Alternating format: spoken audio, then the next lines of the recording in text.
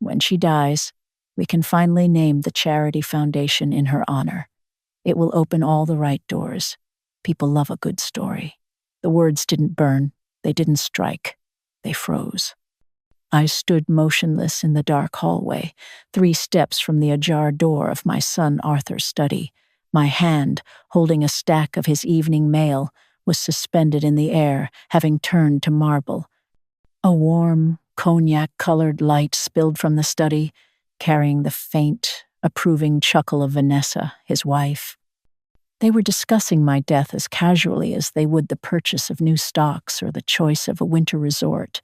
This wasn't just cynicism. This was a business plan, and my future grave was marked as a strategic asset. I didn't drop the letters. I didn't make a sound. My paralysis lasted only a moment before my body began to follow the programming of 81 years. Do not create inconvenience. Do not show pain. Maintain composure. Slowly, as if moving through water, I lowered my hand and silently placed the mail on the small table by the door. Then, just as quietly, I turned and walked back to my wing of the house.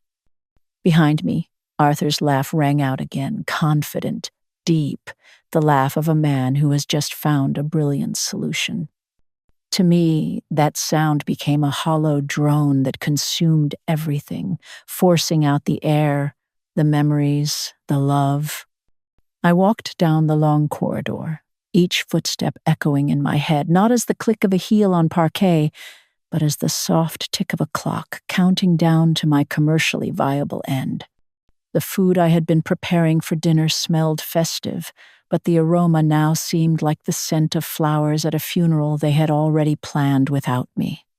When I reached my kitchen, small, cozy, filled with the scent of herbs and old recipe books, my movements became mechanical.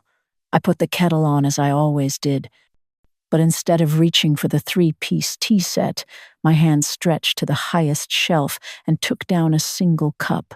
An old one, with a hairline crack near the handle, the one my husband, Dr. Miles, used to drink from.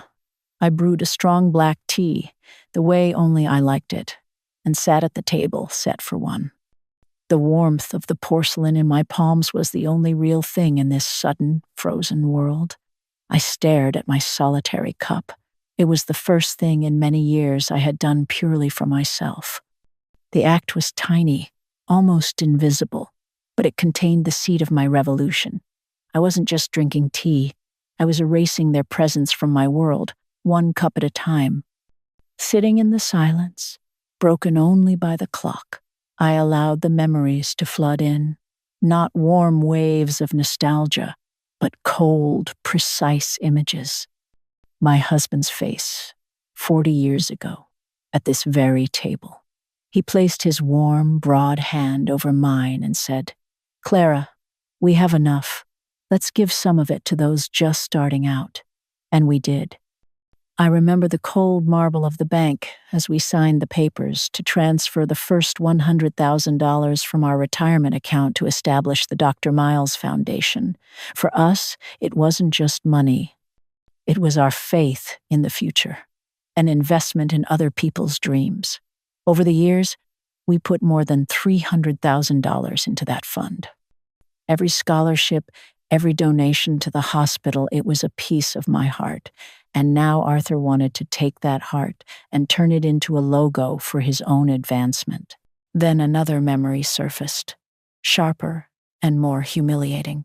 5 years ago, Arthur had come to me, eyes shining, talking about a promising startup. He needed money, urgently. I hesitated. He said, "Mother, it's an investment in our family's future, in your grandchildren's future." To help him, I sold my husband's collection of rare medical books. I remember packing them into boxes, the smell of old paper and leather like saying goodbye to a part of my husband all over again. I received nearly $50,000 for them. The startup failed within 6 months. Arthur just shrugged. That's business. He never mentioned it again. For me, the empty shelf in my husband's study became a silent monument to my naivety. And then, In the stillness of my kitchen, it all locked into place. I felt like an exhibit being prepared for a posthumous exhibition, valuable, but no longer alive. I realized I wasn't family. I was a resource, a foundation, first for my husband's dreams, which had been my joy, now for my son's ambitions, which had become my curse. The worst part was the word story. My life, my love, my sacrifices, all of it was to become a nice, touching story for his career. He wasn't mourning me. He was already mourning the opportunities my death would provide. The tea in my cup was cold. I stood up. The thoughts vanished, replaced by a cold, methodical clarity. I walked to my late husband's study, opened his heavy oak desk, and retrieved a small key. The locked drawer gave way easily. Inside, in a neat leather folio, were all the founding documents for the Dr. Miles Foundation. The charter, the financial statements, the donation records. I placed the folio on the desk. Then I picked up the phone. My finger was steady as I dialed the number. Mr. Griffin, this is Clara Miles. Good evening. I apologize for the late hour. I need an urgent meeting tomorrow morning. It's regarding a complete restructuring of my charitable assets. Yes, as early as possible. Thank you. After hanging up, I opened the desk drawer again and took out my husband's old Parker pen from its velvet case. It was heavy, with a gold nib. Arthur had once asked for it. Mother, why don't we put it in a display case in my office? A tribute to Father. I understood now he had been trying to claim the symbol. I found the ink, carefully filled the pen, and polished it with a soft cloth until it gleamed.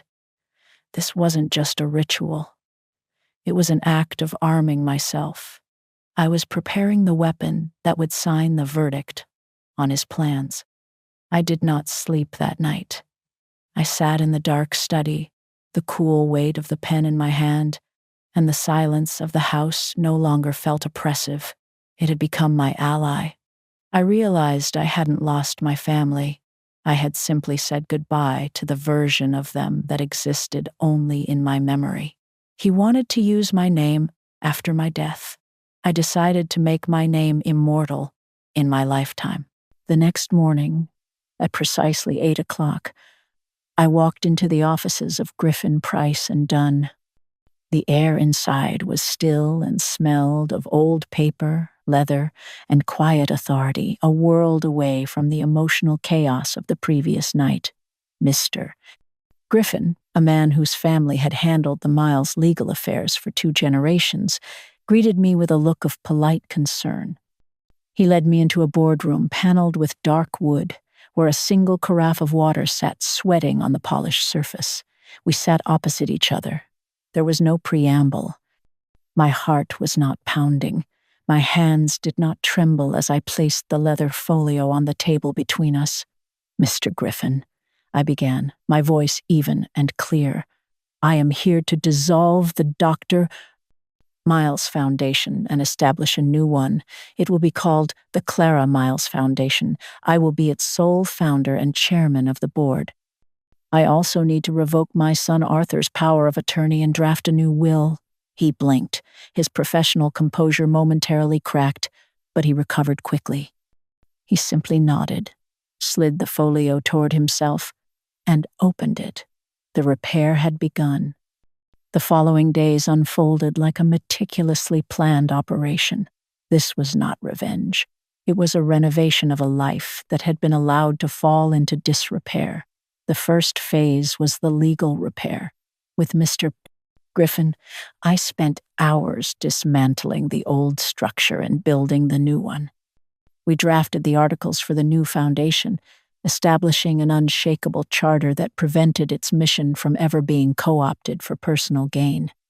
We created a new board of trustees, comprised not of my son's business associates, but of a respected university dean, a dedicated community doctor, and the young, sharp-witted head of a local nonprofit, all people who understood that charity was about need, not networking. While signing the document that officially revoked Arthur's power of attorney, I used my husband's Parker pen. The ink flowed, dark and permanent. This was not an act of anger, but of stewardship. I was protecting my husband's legacy from my son's ambition. Next came the financial repair. I walked into the downtown branch of my bank, the same one where I had opened my first account as a young woman. I was shown to a quiet office overlooking the city square. The bank manager, a polite young man in a crisp suit, listened intently. "I need to remove Arthur Miles as a signatory from all my accounts, effective immediately," I said. As he typed, the soft clicking of the keyboard filled the room. For a fleeting second, a memory ambushed me. Arthur as a small boy, his tongue stuck out in concentration as I taught him how to write his name, his small hand clutching a thick crayon. The memory was warm, but it no longer hurt. It was simply a historical fact. The manager looked up. "It is done, Mrs. Miles. I've also reset your online banking credentials. He will no longer have access." I felt a subtle, seismic shift inside me. A wall, once breached, had been rebuilt. The final stage was the physical repair. I called a 24-hour locksmith. A young man arrived in a van, his tools clinking as he walked up the path. He worked efficiently, replacing every lock on every door. The high-pitched whir of his drill was the sound of my home becoming a fortress. As he handed me the new set of keys, solid, sharp, and blessedly unfamiliar, he said, "You're all set, ma'am." Safe and sound. I locked the door behind him, the new bolt sliding home with a satisfying, definitive thud. For the first time in years, I felt the profound security of knowing that the only person who could enter my home was the one who held the key. Predictably, the calls began that evening. I was in the garden, pruning the dead wood from my husband's rose bushes, the thorns catching on my gloves. My phone buzzed on the wrought iron table. Arthur's name flashed on the screen. I ignored it. It buzzed again and again. Later, while preparing a simple dinner for myself, I noticed the blinking light of the answering machine. I pressed the button and listened as I sliced tomatoes. Arthur's voice filled the kitchen, slick, with a manufactured concern that did not quite mask the panic underneath. "Mother, it's Arthur. We've been trying to reach you all day. Are you all right? The bank called about some unusual activity, and my key doesn't seem to work. We're worried. Please call me back." I paused, the knife still in my hand. He wasn't worried. He was alarmed. He hadn't asked if I was safe. He had asked if the accounts were. He hadn't lost a mother. He had lost access. I calmly deleted the message without a second thought. That evening, I undertook the symbolic rituals. I went up to the attic and found a sturdy archival box. I filled it with things from Arthur's life, his birth certificate, his first report card, photographs of him as a smiling child on my lap. I did not feel sorrow. I felt like a historian, cataloging artifacts from a civilization that had ceased to exist. I sealed the box and, using my husband's pen, wrote on the label, "Arthur Miles, historical record." It was not an act of erasure, but of reclassification. He was no longer my present. He was a part of my history. Later, I sat with a cup of tea and a travel magazine. I slowly turned the pages, stopping at a feature on the quiet coastal towns of Portugal. I didn't buy a ticket, not yet, but I let myself dream. It was the first time in decades I had planned a future that did not revolve around someone else's needs. On Saturday morning, after a week of methodical reconstruction, I drove into town. The sun was warm on my face. I didn't have a destination, but I found myself parking in front of a small French bakery I hadn't visited in years. The bell above the door chimed as I entered, the air thick with the smell of butter and caramelized sugar. I ordered a single almond croissant, an indulgence I had always foregone for the sake of others' preferences. I sat at a small table by the window, the pastry flaky and warm in my hands. As I took the first bite, I watched the people passing on the street, each living their own story. For the first time in a very long time, the price of my own happiness felt perfectly reasonable.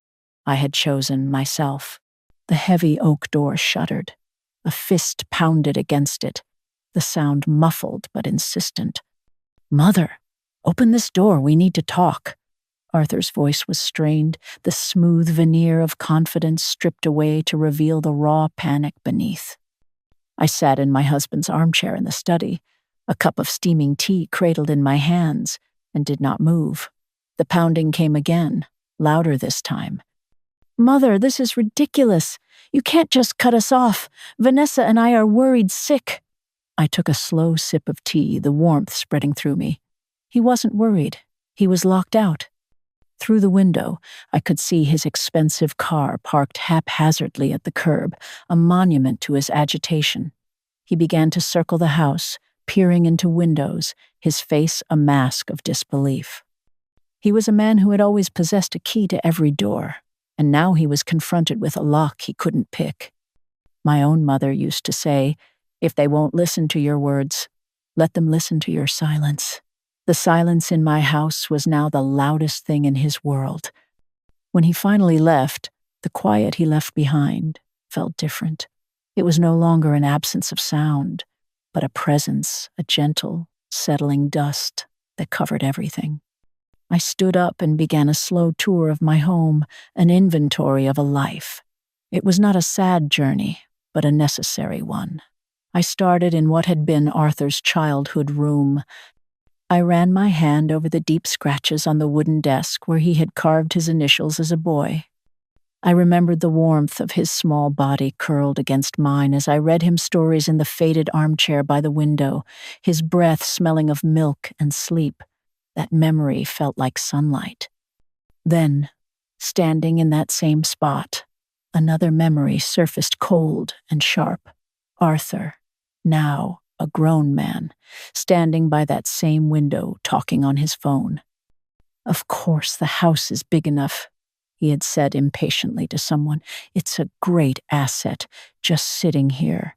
He wasn't seeing a home filled with love, he was seeing real estate. I moved into the living room and stopped before the grand piano my husband had bought me for our 10th anniversary. My fingers brushed the cool, smooth ivory of the keys. I recalled the sound of childish laughter as I taught a tiny Arthur to play "Twinkle, Twinkle, Little Star," his small fingers stumbling over the notes. It was a memory so vivid I could almost feel the phantom weight of his hand in mine. But it was quickly followed by a colder one. Last Christmas, when I had played carols, and he and Vanessa had remained in the other room, their faces illuminated by the blue light of their phones, utterly oblivious. The music I had played for them had become mere background noise to their lives. My final stop was the kitchen, the heart of the home. I stood by the large wooden table, its surface worn smooth by decades of family meals, homework sessions, and heartfelt conversations.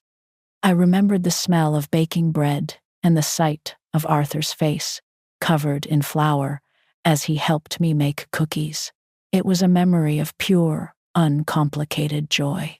But that warmth was extinguished by the memory of the last dinner we'd all shared here, just before the night I overheard their plan.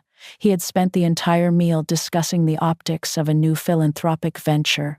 "It's all about the narrative, Mother," he'd explained, as if I were a child. "The personal story is what sells." He was practicing his pitch, using our family table as a boardroom. After this quiet inventory, I felt no anger, only a profound, clarifying sadness for the boy who had been lost and the man he had become. I took out a small notebook and a pen. On the first page, I wrote a short list under 2 headings: to keep and to leave. The first list was surprisingly short. The second was very long. The next day, the packing began. It was not a frantic scramble, but a calm, methodical ritual. I started not with clothes or furniture, but with the seeds. For years, I had cultivated a small but vibrant herb garden. I had collected seeds from all over the world: lavender from Provence, basil from Genoa, rosemary from a small coastal village in Greece. They were my quiet passion, something that belonged only to me. I took down the small, labeled glass jars from the shelf. I wrapped each one carefully in soft tissue paper, the tiny seeds rattling gently within, like whispered promises of a future. I placed them in a sturdy wooden box, the one my husband used to keep his medical instruments in. These seeds were not just plants, they were my connection to the earth, a symbol of new growth. They were my future garden, wherever it might be. On the lid of the box, I affixed a simple white label. I uncapped my husband's Parker pen, the one that had signed so many important documents this past week. With a steady hand, I wrote a single word: future. I placed the box by the front door, next to my suitcase. When the last box was sealed, I walked through the rooms one final time. Sunlight streamed through the clean windows, illuminating the dust motes dancing in the air. The house no longer felt empty. It felt clean, ready for new stories, ones that would be written without me. The morning air was crisp and smelled of damp earth and possibility. I was sitting on the porch steps, a mug of coffee warming my hands, watching the world awaken without the familiar weight of expectation. My phone lay on the step beside me, open to a listing for a small sunlit apartment overlooking a community garden across town. Later that day, I would call the agent. The day after, I would go see it. The plans were no longer dreams. They were entries in my calendar. I took a sip of coffee and looked at my own garden, the rose bushes trimmed, the soil weeded. The work was done. I no longer missed Arthur. I mourned the idea of him, the memory of the small boy with flour on his nose. The man he had become was a stranger to me now, and my grief for him was quiet, complete, and final. Just then, the phone rang. It was not Arthur or Vanessa. It was a number I recognized but hadn't seen in months. My granddaughter, Chloe. A bright, artistic girl of 19, swallowed whole by her parents' ambition. I hesitated for a moment, then answered, "Grandma?" Her voice was small, hesitant, frayed at the edges with guilt. "Hi, Chloe." My tone was calm, neutral. A long silence stretched between us. "Grandma, I'm so sorry." The apology hung in the air, fragile as a soap bubble.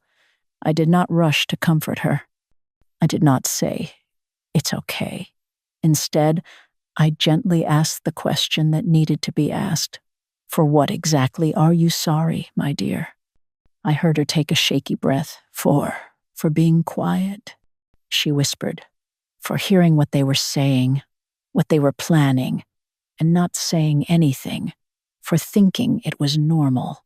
The truth in her words was a clean, sharp sound. It was the sound of a crack appearing in a solid wall. "I see," I said, my voice still gentle. "Thank you for telling me that." She began to cry softly. Can I please see you?" she asked. I thought for a moment. This was the test. Not a test of her, but of me. Could I hold the new boundary? "Yes," I said. "But there are conditions. Only you, Chloe. Come to the house tomorrow at 3. Use the front door." I wanted her to experience the new reality, to knock on a door that was no longer unconditionally open. She arrived the next day, right on time. A light rain was falling, making the world outside feel muted and gray. I watched from the window as she walked up the path, her shoulders hunched against the chill. She knocked softly. a hesitant tap, tap, tap that was the polar opposite of her father's furious pounding. I opened the door and let her in. The house was quiet. I had a tray ready in the living room with a simple teapot and 2 cups, alongside a plate of plain, buttery shortbread. There was no grand feast, no pretense of a happy family reunion.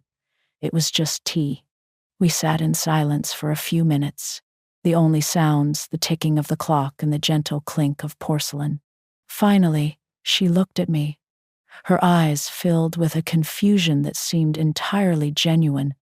"I don't understand why I didn't speak up," she said. "I love you, but when I'm with them, it's like I just go along. I want their approval so much." I listened without judgment, letting her words fill the space. When she was done, I simply nodded. "You wanted to belong," I said. It was not an accusation, but a diagnosis. "They are a powerful force, your parents. It's hard to stand outside of that." Her face crumpled with relief.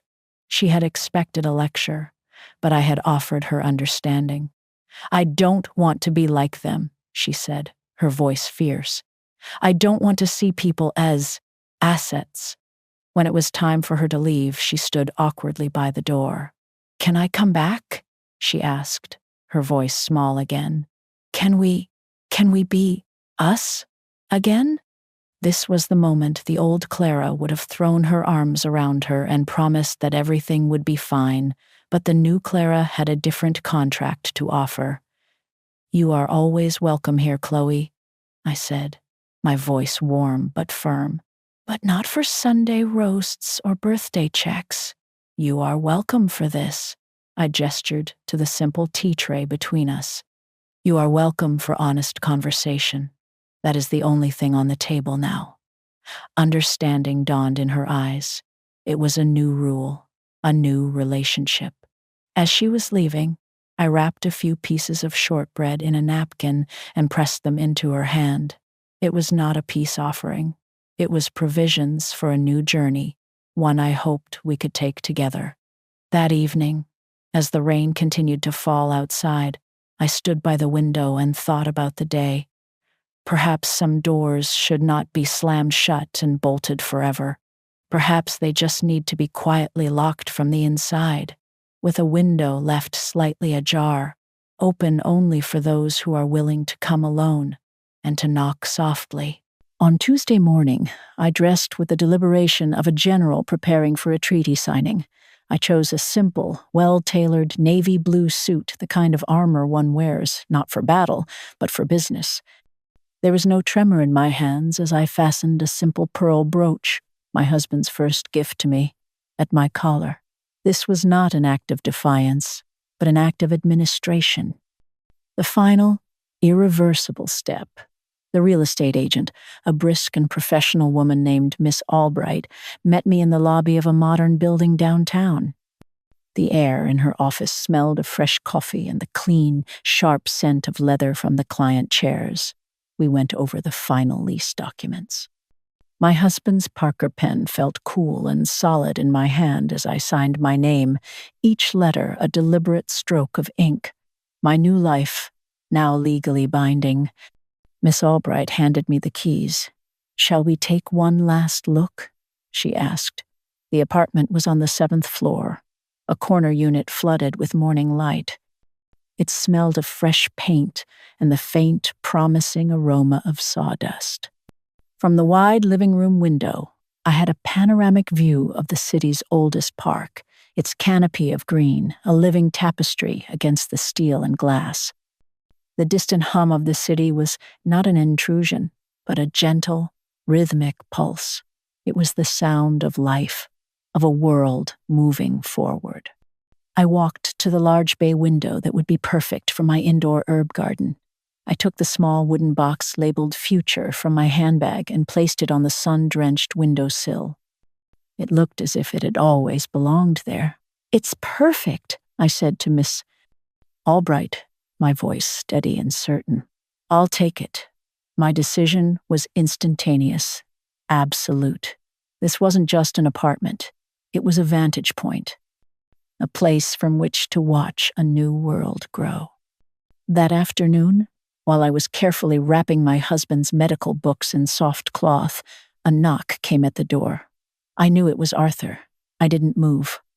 He knocked again, a weak, pleading sound. "Mother, please, I know you're in there. Can we just talk?" I continued my work, placing a book into a box lined with paper. His voice, strained and thin through the thick oak, came again. "It was all a misunderstanding, Mother. I was just thinking out loud." I would never. I stopped my work and walked to the door, standing silently on my side. "There was no misunderstanding, Arthur," I said, my voice calm and clear, easily carrying through the wood. "I heard a business plan." A long silence. "I was trying to protect our legacy." He finally cried, his voice cracking. "Father's name. My husband's legacy was about quiet charity, not public relations." I responded. It was about providing scholarships, not securing photo opportunities. He fell silent again, defeated. Then, the final, desperate card. "You're tearing this family apart," he accused, his voice thick with a self-pity that masqueraded as pain. I closed my eyes. "The family you are so desperate to save, Arthur," I said, my voice softer now, but no less firm, "existed only in my memory. And you took a match to it." I heard a choked sound, then the crunch of his footsteps on the gravel path as he walked away. When he was gone, I leaned my forehead against the cool wood of the door, and for the first time, I allowed myself to weep. It was a storm that lasted exactly 7 minutes, a deep, cleansing grief, not for the son I had lost, but for the one I had never truly had. When the tears stopped, I felt empty, and then calm. The final debt had been paid. An hour later, my doorbell chimed. This time it was a welcome sound. My 2 oldest friends, Helen and Margaret, stood on the porch, a cake box in Margaret's hands and a look of fierce loyalty in Helen's eyes.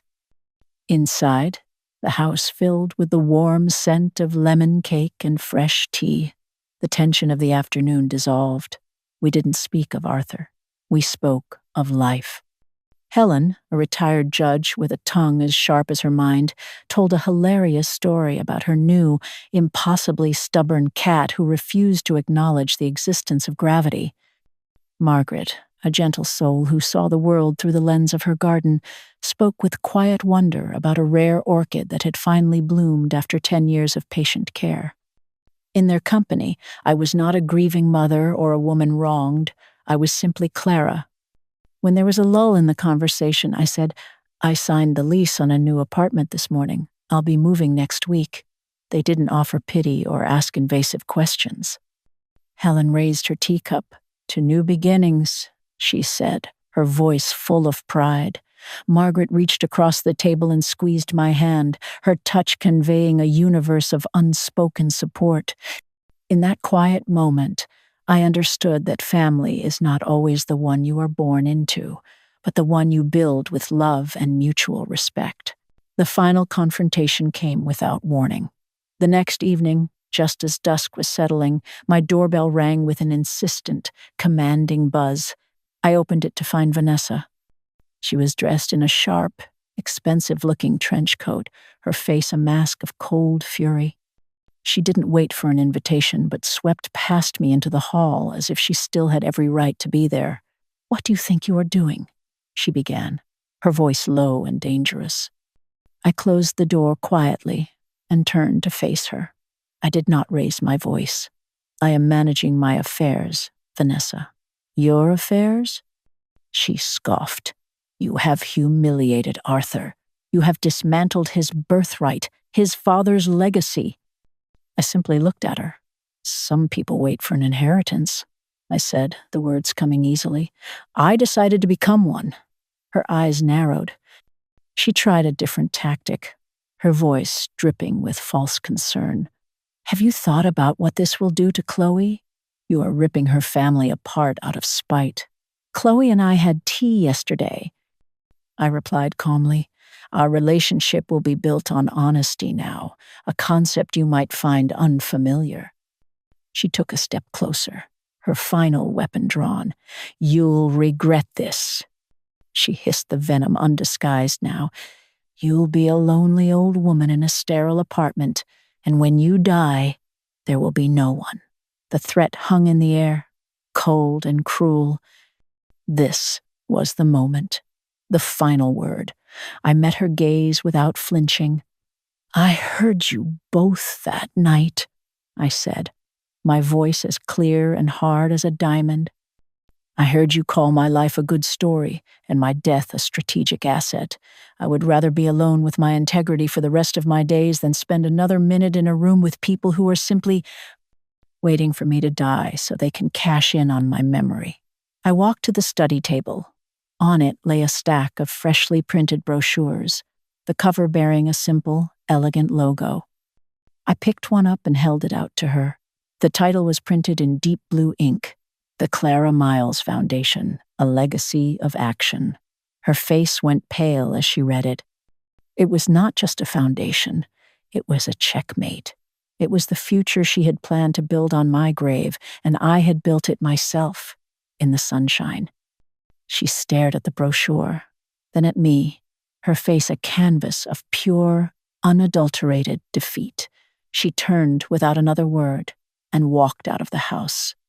The click of the lock, as I turned the key, was a period at the end of a long, painful sentence. I felt neither joy nor sorrow, only a profound quiet. But it was no longer the quiet of loneliness. It was the quiet of sovereignty. The final threads of my old life were snipped with quiet, bureaucratic precision. The call came from Mr. Griffin on a Thursday morning, his voice imbued with a satisfaction that went beyond professional duty. "It's all done, Clara," he said. "The house sale has closed, the final assets have been transferred to the endowment for the Clara Miles Foundation, and all former legal ties have been severed. You are now the sole decision-maker in every inch of your life." The words landed not with a crash, but with the gentle finality of a book being closed. Later that day, I walked to the local post office and used a small, silver key to open my new P.O. box. Inside was a single piece of mail, the first official bank statement for the foundation. I held the crisp envelope in my hand. It felt heavier than paper. It felt like the weight of a future, now securely in my own hands. 2 days before the move, Chloe came to the old house one last time. The rooms were already echoing with emptiness, filled with neatly stacked boxes that smelled of cardboard and tape. The atmosphere was different now, not sad, but expectant. We didn't talk about the move. Instead, we sat on the floor in the empty living room, sharing a simple lunch of bread and cheese from a wooden board, the way one does on a picnic. The formality of our last meeting was gone, replaced by an easy, comfortable silence. "Dad says you're trying to erase him," she said suddenly, not looking at me but at the slice of apple in her hand. I wasn't surprised by the words. I took a slow sip of water before answering. "No, my dear," I said softly. "I'm not erasing him. I am simply refusing to live inside his version of the story anymore. I am writing my own." She nodded, a flicker of understanding in her eyes. Then she reached into her bag and pulled out a small, framed sketch. It was a drawing of a single, ancient olive tree, its trunk gnarled and powerful, its branches reaching defiantly toward the sun. It was rendered in strong, confident charcoal lines. It was a portrait of resilience, a portrait of me. "I made this for you," she said shyly, "for your new home." I took it from her, my fingers tracing the textured paper. It was the most beautiful gift I had ever received. "It will have a place of honor," I promised, and my voice was thick with a gratitude that was entirely new. The morning of the move was still and gray, the dawn sky the color of pearl. I woke early and walked through the empty house a final time. The silence was absolute. My footsteps echoed on the bare wooden floors, a lonely sound that held no sorrow. I ran my hand along the cool marble of the fireplace mantel, remembering decades of Christmases. I stood in the doorway of Arthur's old room, seeing not an empty space, but a completed chapter. There was no pain, only a quiet acknowledgement of what had been. I felt a sense of gratitude for the shelter these walls had provided, for the love they had held, and for the strength they had ultimately given me to leave them. On the kitchen counter, I left the old set of house keys. Beside them, I placed a simple, handwritten note on a plain white card. It said only, "Thank you for the memories. May you find peace here." Then I walked out the front door, pulled it shut, and did not look back. My new building greeted me with the smell of fresh paint and the quiet hum of a well-run life. The building manager, a kind woman with a warm smile, handed me a small potted orchid as a welcome gift. "We're so happy to have you, Mrs. Miles," she said.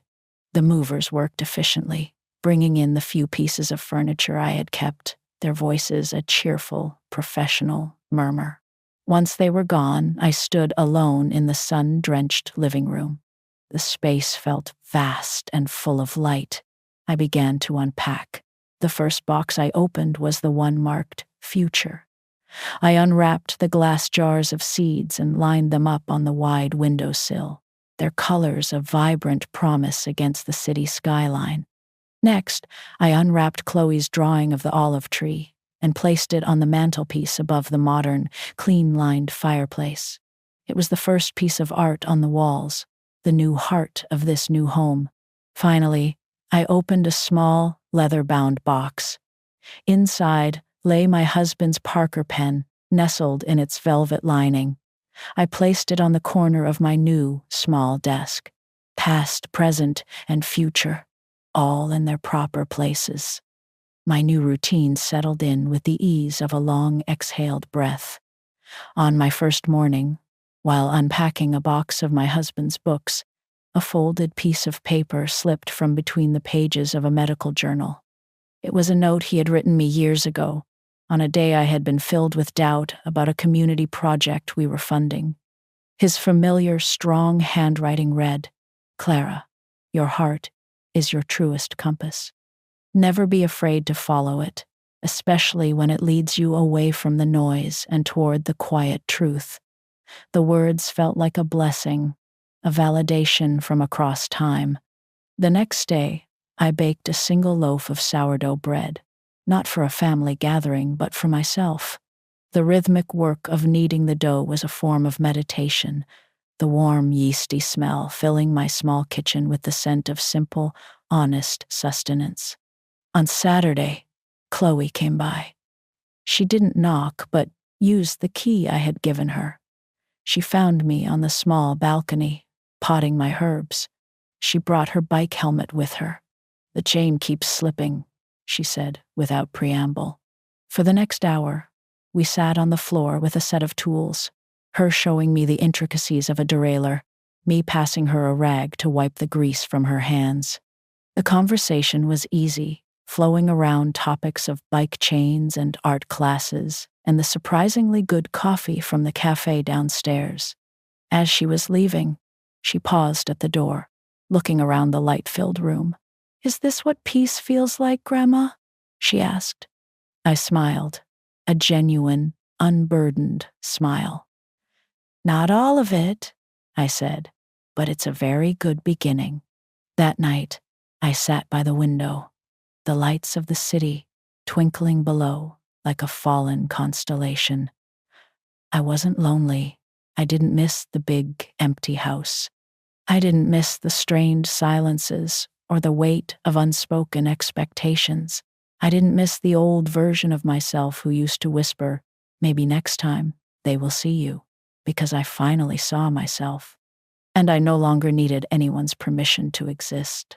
There is a point in the life of a renovated house when the dust finally settles, not just the physical dust from construction, but the dust of memory, of what was. The air clears, the light changes, and the rooms begin to breathe with a new rhythm. My own renovation reached this point on a crisp autumn morning.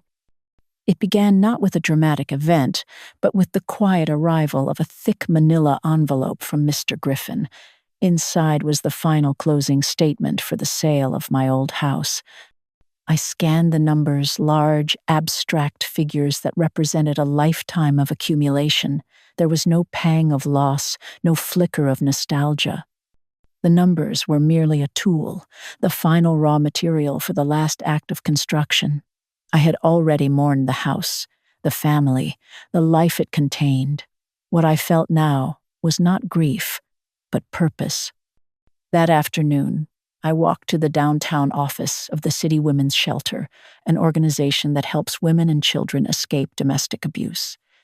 I had called ahead, but I arrived unannounced to the director, a woman with tired, kind eyes named Maria. I didn't want ceremony. I handed her a certified check for the full amount of the sale. She looked down at the figure, and for a moment, the professional calm in her eyes gave way to pure, unadulterated shock. She looked up at me speechless.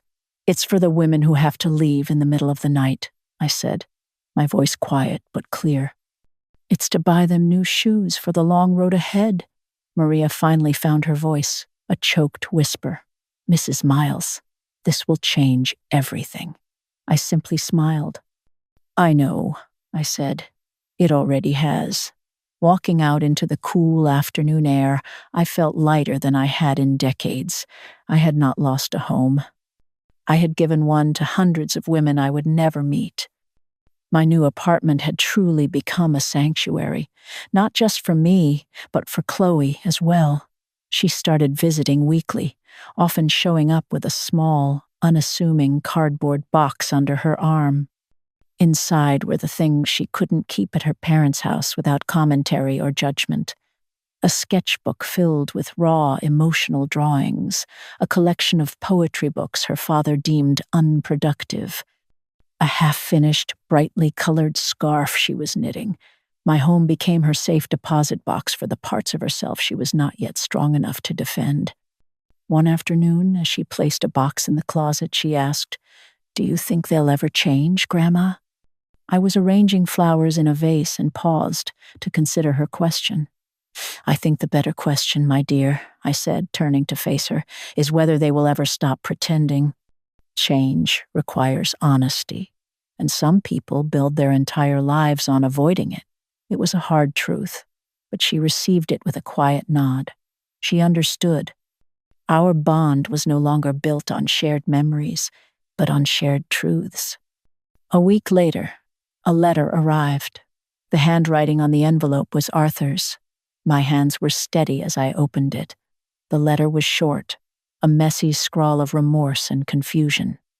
He wrote that he had driven past the old house and seen the sold sign, and something had broken in him. He wrote that he was sorry, that he didn't know who he was without the family name to uphold. He asked if I could find it in my heart to forgive him. I read it twice.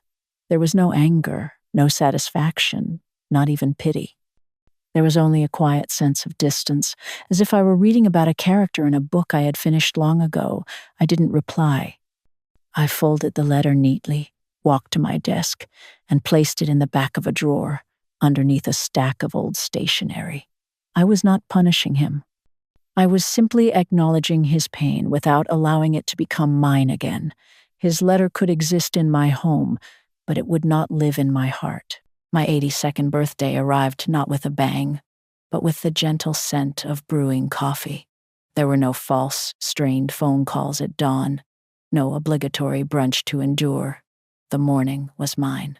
I made myself pancakes, drizzling them with the expensive maple syrup I always used to save for special occasions. I sat by the window, watching the city wake up, and felt a profound sense of peace. At noon, Chloe arrived. She held a single, handmade card. On the front was a beautiful watercolor of my balcony herb garden, thriving in the sun. Inside, she had written, "For the woman who taught me that you can plant a new garden at any age. Happy birthday." Later, She looked at me across the small kitchen table. "You seem different, Grandma," she said thoughtfully. "You look like someone who doesn't flinch anymore." It was the greatest compliment I had ever received. The days that followed settled into a beautiful, quiet rhythm. My life became a series of small, intentional vignettes. I spent mornings on my balcony, tending to a fussy gardenia plant that had nearly died in the old house, but was now, against all odds, producing a single, perfect bud. Afternoons were often spent with Helen and Margaret. Our conversations were a tapestry of easy laughter, shared books, and quiet support, woven over countless cups of tea. One evening, a text message appeared on my phone. "Happy birthday, Mother," from Arthur. I read it, set the phone down, and continued to listen to the soft jazz playing on the radio. The silence was my answer. It was not a weapon, but a boundary, a quiet, unbreachable wall of peace. That night, before bed, I opened a new journal. On the first page, I picked up my husband's pen and wrote the final entry of this chapter. They once planned a future based on my death, on the story my absence would tell. They wondered, I am sure, why I bothered to keep living. Now, sitting here, in this quiet room filled with light, I finally have the answer. I lived to learn my own name again. I lived to set my own table, a small one, meant only for those who come with clean hands and honest hearts.